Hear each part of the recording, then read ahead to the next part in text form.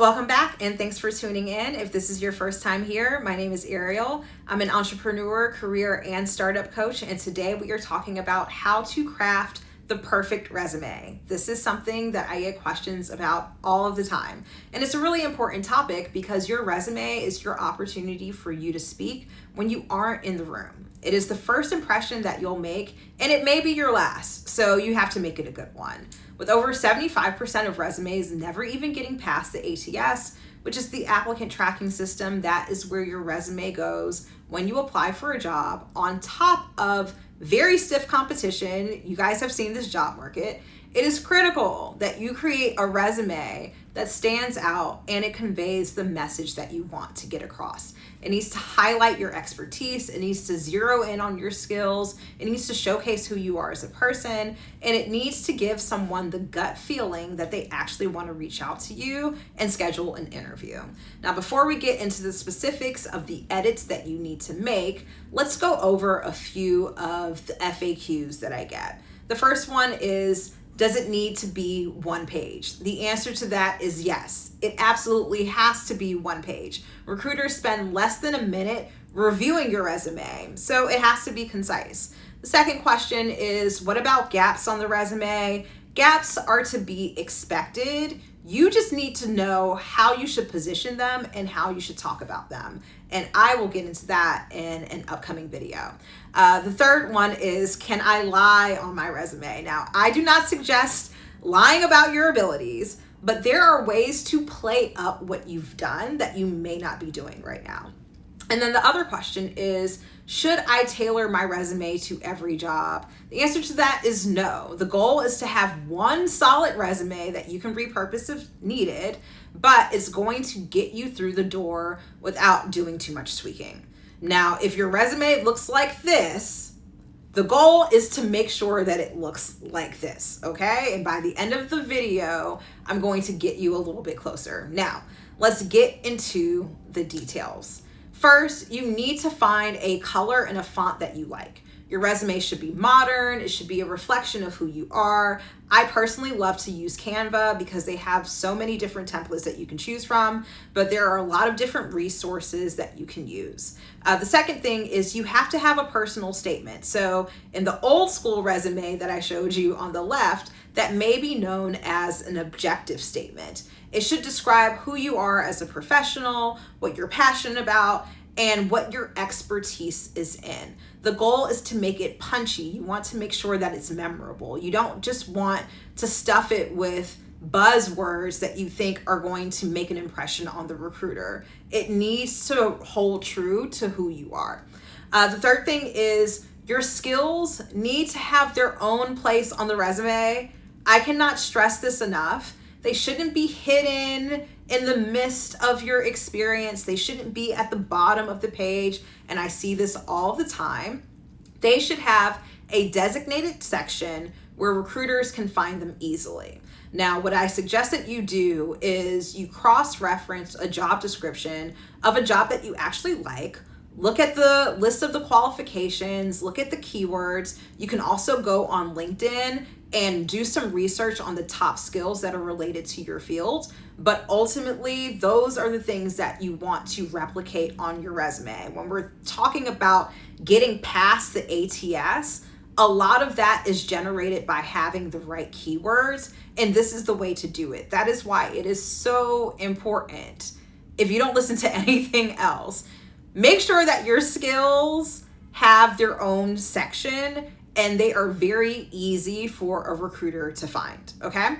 The fourth thing is your contact information. It should only have your name, your email address, your phone number, and a link to your LinkedIn profile. If you have a personal website, you can link that as well. If you have a portfolio, I highly suggest that you put that on your resume, but that's it.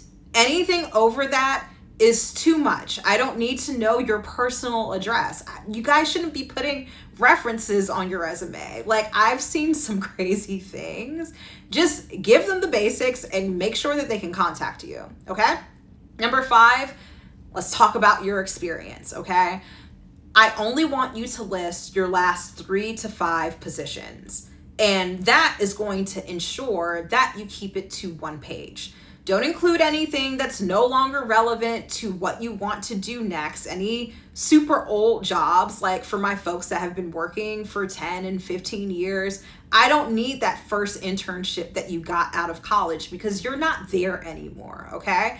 Give me your last 3 to 5 positions. And you also want to keep it uniform. So if one position has 5 bullet points, every other position should have 5 bullet points. Don't have 7 here and 2 here. Like, you want to make sure that everything is uniform. And I'm going to give you the keys on how to generate a good bullet point. The bullet points that go underneath your experience should answer the following things, okay? Number 1 is what you did. And I am going to use the example if you were an engineer. If the what you did may be that you built a website, okay? And some people just keep it there, but I would love for you to elaborate if you can. The second thing is I would like to know how you did it. So if you were building that website, what tools did you use? Software, technologies? Did you use Python or did you use Java or Ruby on Rails? Like, that starts to give me a little bit more color around your experience. I would like to know who you did it with. Who did you work with? Were there different teams or departments or any key stakeholders? So you could say that you collaborated with product and design teams and you reported into the CTO. That gives me an idea of how you are a team player and how you're working within the organization, okay? The other thing that I want to know, and this is the most important, is what were the results? Okay, this is your chance to give me some metrics. You can drop some numbers. You can brag on what you did. So if you created that website and you were using Python to do it and you worked with the product and design team to get it done and you generated an increase of 200% traffic on the website, okay? That is what's going to make you really stand out to me because I know you are someone that can get the job done and you can get results. And that is all that matters to a recruiter, okay?